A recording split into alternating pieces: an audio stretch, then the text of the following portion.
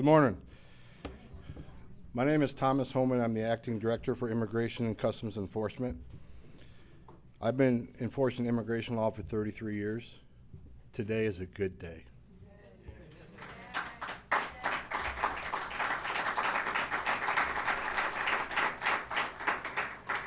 I want to thank you for everybody coming today. I would like to welcome everybody here to witness the launch of the new voice office. First, I want to recognize some very distinguished and special guests that are sitting in the first few rows. We are truly honored to have them here with us today. These are people whose lives have been affected by tragedies with an immigration nexus. These victims and their family members have come from all over the country to be here today. Thank you for being here. I would also like to recognize Congressman Bob Goodlatte, Chairman of the House Judiciary Committee, who is joining us today and sitting in the front row also. I am honored to introduce the Department of Homeland Security Secretary John Kelly.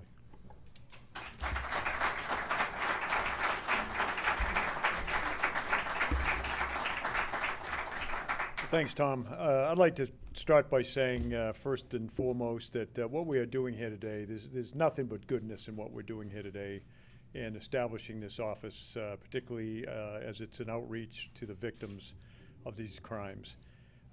Clearly, I'd like to thank everyone. Chairman Goodlatte, thanks for being here today. Family members, to say the least, my heart goes out to you, and I do, in fact, understand what you've been through. I'd like to thank all of the victims' families from across the nation, as represented by you that are here today, to help us shine a light on a very important group of Americans, that is the victims of these crimes. We are opening an important office today as part of the ICE family. We call it the Voice Office, the Victims of Immigration Crime Engagement. ICE created the Voice Office in response to our President's executive order entitled Enhancing Public Safety in the Interior of the United States. But the name fits. We are giving people who are victimized by illegal aliens for the first time a voice of their own. All crime is terrible, but these victims, as represented here, are unique, and they're all too often ignored. They're casualties of crimes that should never have taken place because the people who victimized them should never have been here in our country. These crimes in many ways were preventable, but because of years and years of policies complicating immigration and enforcement efforts and a politically correct approach to public safety, there are mothers who will never again receive a Mother's Day card from a son.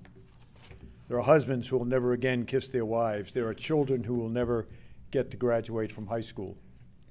These victims of illegal aliens aren't data points, they're people. And they and their families deserve to be treated fairly. They are people like Brandon Mendoza, a police sergeant in Mesa, Arizona, who served his community with pride. His mother, Mary Ann Catherine Mendoza, is here with us today. Brandon volunteered with the Grant Woods Boys and Girls Club, fostered dogs, and made friends everywhere he went. On May 12th, 2014, Officer Mendoza was finishing his shift and driving home when he was killed by a drunk driving illegal alien. Officer Mendoza, to me, would be just a kid, 32 years old. The perpetrator had 3 times the legal limit of alcohol in his system. He had been arrested 20 years earlier and pleaded guilty to a criminal conspiracy charge, but he was given a lenient sentence, and instead of being removed, he was released back into the community. This should never have happened. While we can never fully heal these families, we can give them a voice. As President Trump said in his address at DHS headquarters during the first week of his administration, we hear you, we see you, and you will never, ever be ignored again. With the creation of the Voice Office, ICE will support victims and their families in the aftermath of a crime committed by an illegal alien. Taking a victim-centered approach, the Voice Office will support victims and their families by making information about their case available and directing them to various resources. All they have to do is dial 1-855-48-VOICE. That's 1-855-48-VOICE. And our officers will work with them to let them know about services and all of the information available to them. One service available to victims and their family members is the DHS Victim Information and Notification Exchange, or DHS VINE. DHS VINE is an automated service that helps victims track the immigration custody status of the illegal alien in question. Is he behind bars? Has he been removed from the country? Victims have a right to know.